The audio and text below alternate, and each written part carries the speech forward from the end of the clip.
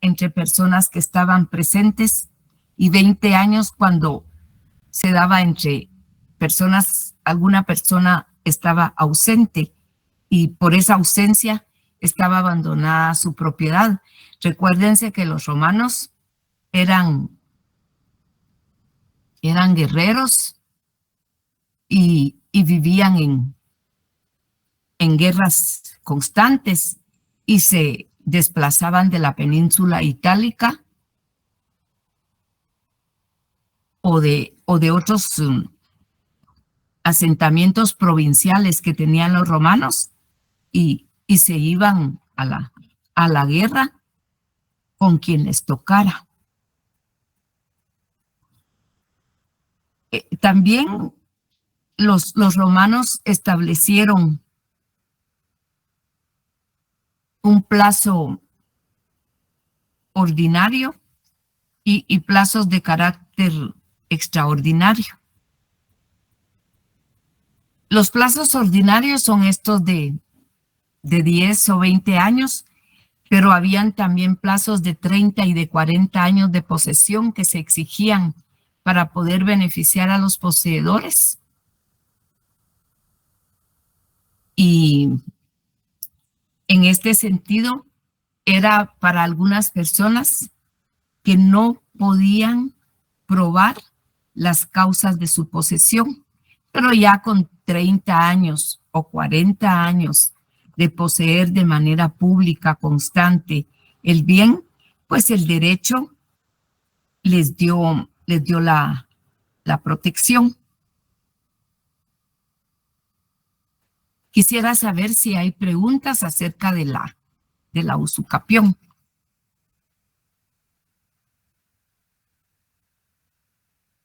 Y voy a pedirles a ustedes un segundo. Me voy a salir porque aquí se activó alguna tecla que traté de desactivarla, pero no. Y entonces me está quitando mucho la concentración de la charla que tenemos hoy. Entonces me van a disculpar.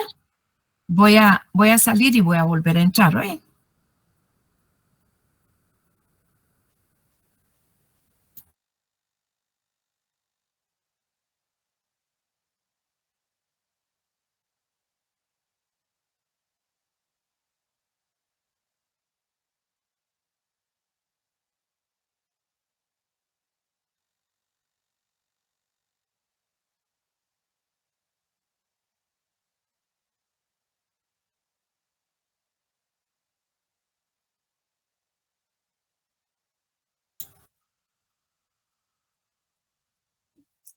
¿Me escuchan en este momento?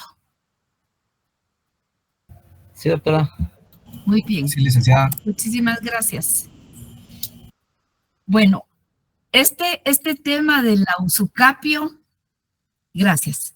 Este tema de la usucapio es bien interesante porque es una figura del derecho romano, pero que ha tenido mucha aplicación sobre todo en América Latina, donde existe mucha posesión sin inscripción registral.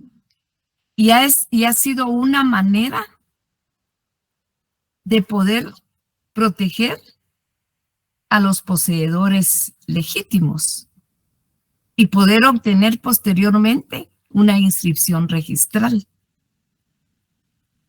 En nuestra legislación, al igual que en el derecho romano, se necesitan todos esos requisitos que yo les señalé.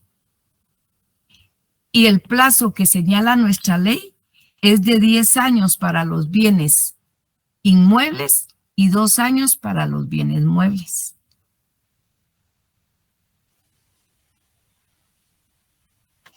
¿Les surge a ustedes alguna duda o alguna pregunta que yo pudiera aclarar en este momento?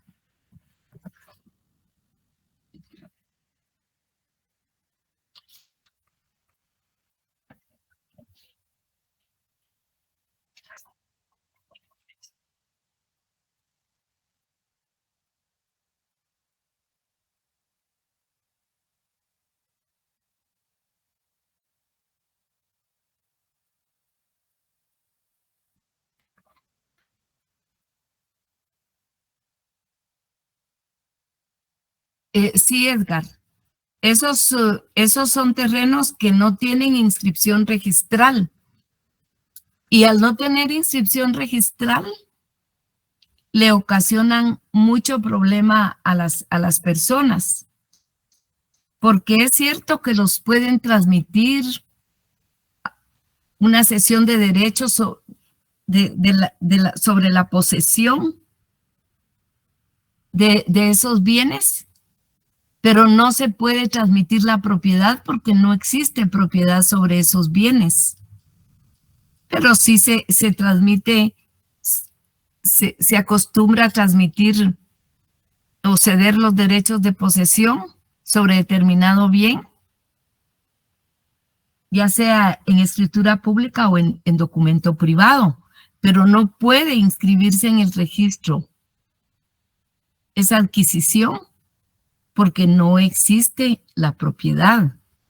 Entonces, para ello hay que recurrir al estatuto procesal. Recuérdense que el estatuto procesal también lo establecieron los romanos. Es decir, la forma procedimental de cómo va a ser posible la legitimación de este derecho. 10 años de posesión en forma pública quiere decir que no debe de ocultarse este hecho. En forma pacífica, que no fue arrebatado con violencia de ninguna persona, de buena fe, que tampoco se engañó a ninguna persona, de manera continua, que la posesión no ha sido interrumpida y no ha sido abandonada, con justo título, porque puede ser que esa posesión la tuvieron todos mis antepasados.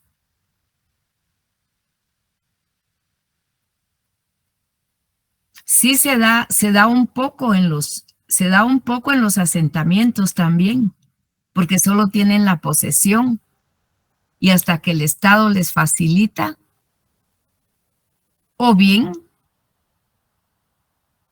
porque ya pasó el transcurso del tiempo y entonces pueden legalizar su posesión. Daniela.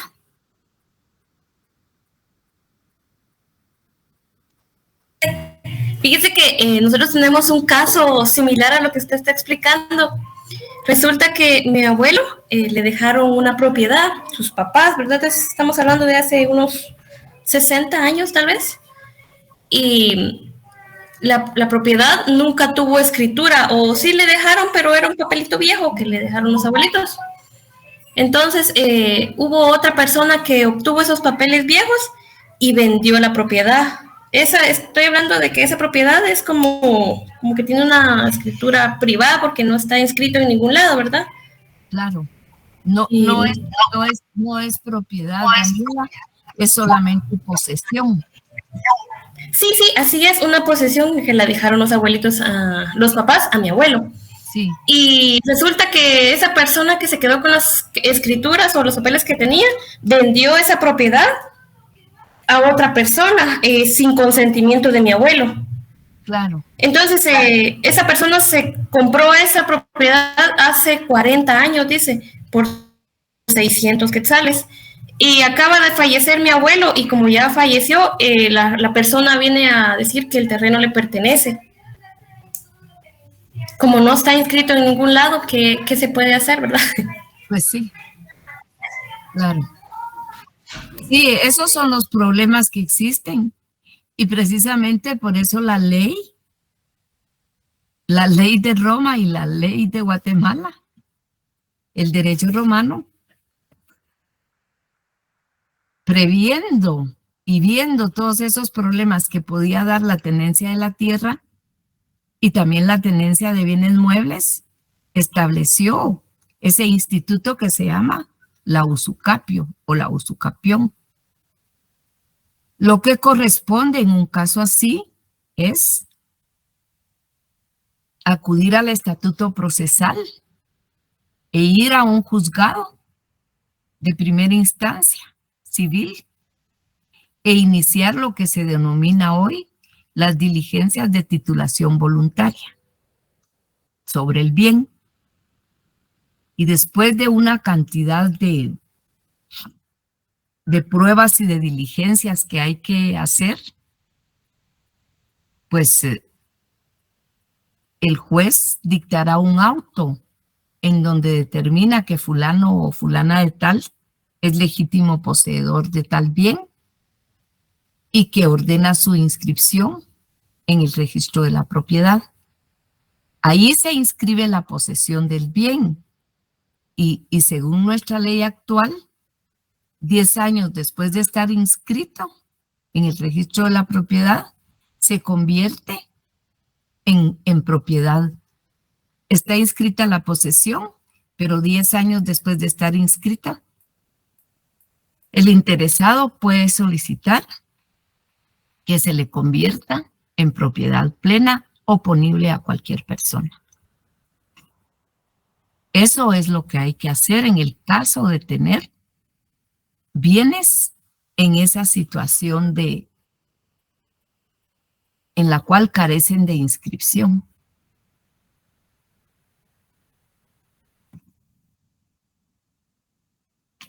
¿Alguna otra pregunta o comentario que quieran hacer?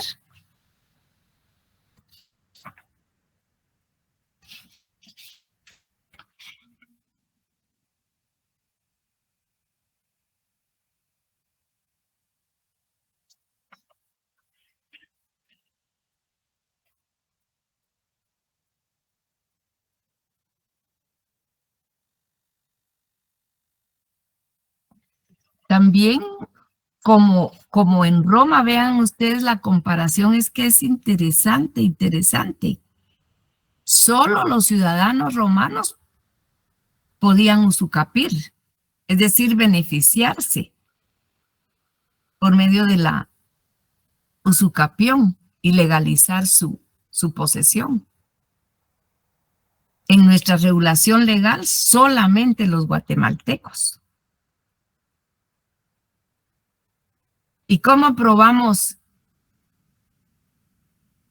en un juzgado que somos guatemaltecos al iniciar esas diligencias?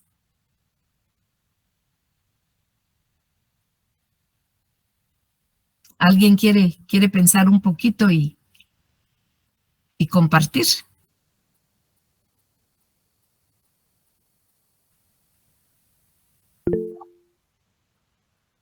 Pamela.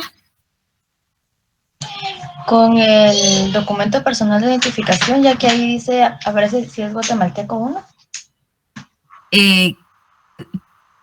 Podría ser, pero hay otro documento todavía que se exige en las diligencias de titulación voluntaria que tiene más carácter que el DPI para ese efecto.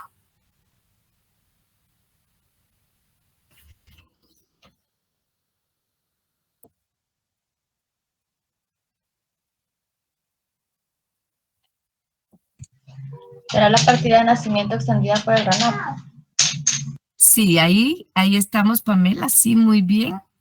No, pero vean ustedes que no es partida, porque los asientos están en los registros y no se pueden sacar de ahí. Ustedes no pueden llevar el asiento que esté en RENAP, no lo pueden presentar a un juzgado. Entonces, ¿qué es lo que nos dan ahí? ¿Qué es lo que nos extienden? ¿Una certificación? Exacto, Diego. Exacto, Rodolfo. Exacto, Freddy. Un certificado de nacimiento. Y el certificado de nacimiento es el que se presenta al juzgado.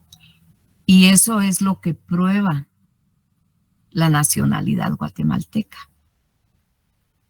Porque solamente las personas guatemaltecas podemos beneficiarnos con el derecho a la usucapión.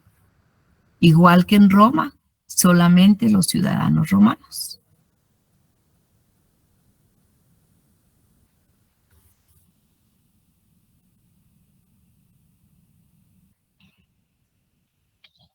Hay una cuestión muy curiosa en nuestro derecho.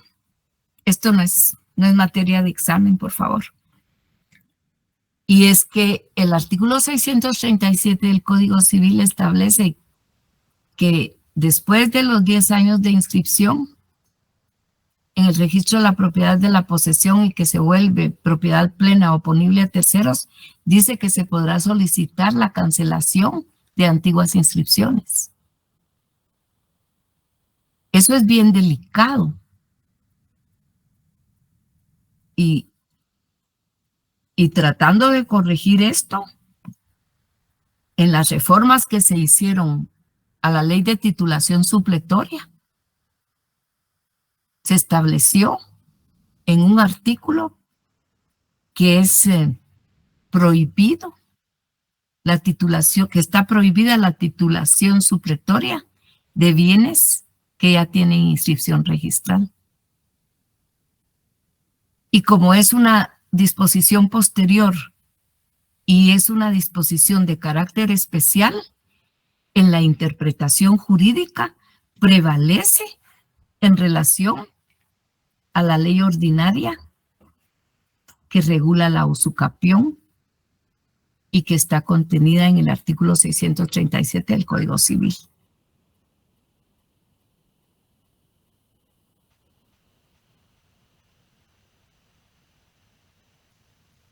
Todo este derecho romano que estamos estudiando hoy, les vuelvo a repetir, va a ser objeto de estudio en el 4º semestre.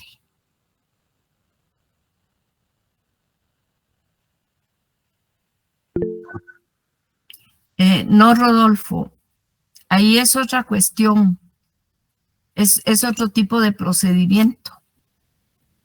No es usucapión. Diego, por favor. Licenciado, buenas noches. Una pregunta.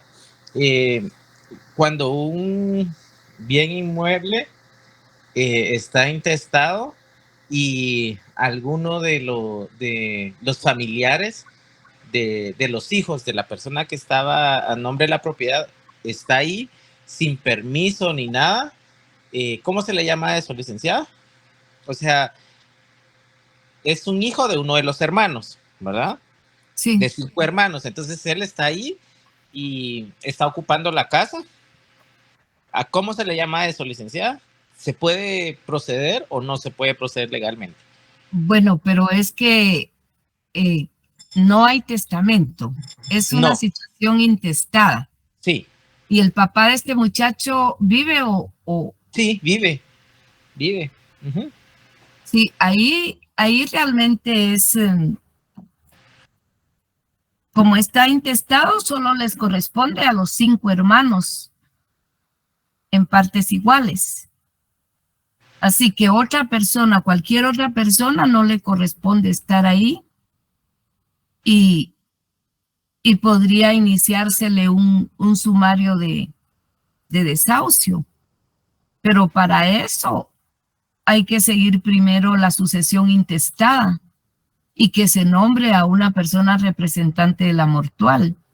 Y solamente si esa persona nombrada como representante de la mortual podrá iniciar las diligencias de desahucio para sacar a una persona que no le corresponde estar habitando esa casa. En este caso, tendría que ser uno de los 5 hermanos que viven. Sí, claro. Ya. Está bien, licenciada. Muchas gracias por la aclaración. Por nada, Diego. Y es que con estas cuestiones testadas o intestadas, la verdad es que a la gente le da como pereza, porque son unos procedimientos muy complejos, muy engorrosos, y además son carísimos. No tienen ustedes idea de todo lo que lo que se tiene que gastar. Honorarios para el profesional del derecho que va a abogada o abogado que va a seguir el testamentario o el intestado. Luego una cantidad de impuestos. Y si no se inició el proceso sucesorio inmediatamente después de que falleció el propietario de los bienes, hay que pagar multas. Y si algún hermano le cede un derecho al otro hermano, están cobrando IVA por esa cesión de derechos. 12%.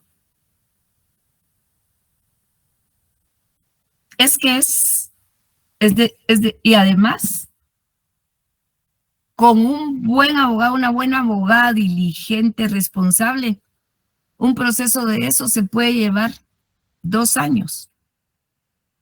Fácil se lleva 2 años. No digamos si es una persona negligente. Pasan 5, pasan 10 años y eso no sale.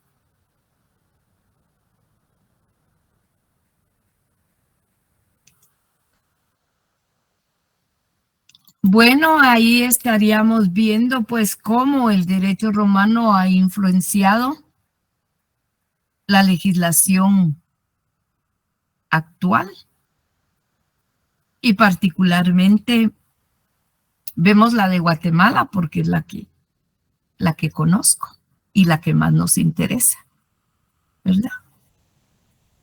Así que con ustedes nos estaríamos viendo de nuevo el martes. Por favor, lean el tema de la concurrencia de derechos reales. Es el último tema que tenemos dosificado para el segundo parcial. Es decir, que el martes estaríamos terminando el contenido.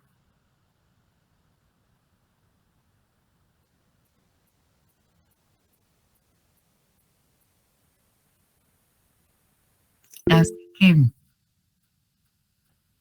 Jordi. Licenciada, buenas noches. Y con una consulta, licenciada, disculpe, fíjese que yo me voy a realizar la retrasada el día de mañana con usted, licenciada. Entonces, quería ver, en el horario va a ser a las 8 de la noche en Clarum, ¿verdad? Sí, así es. Así es. Está bien, licenciada, muchas gracias. Éxitos. Muchas gracias, licenciada. Bueno, entonces les deseo muy feliz noche. Y seguimos en sintonía, no a la misma hora, porque el martes les toca en el primer horario, pero sí por el mismo canal. Así que, adiós. Buenas noches, licenciada. Gracias. Buenas noches. Buenas noches, licenciada. licenciada.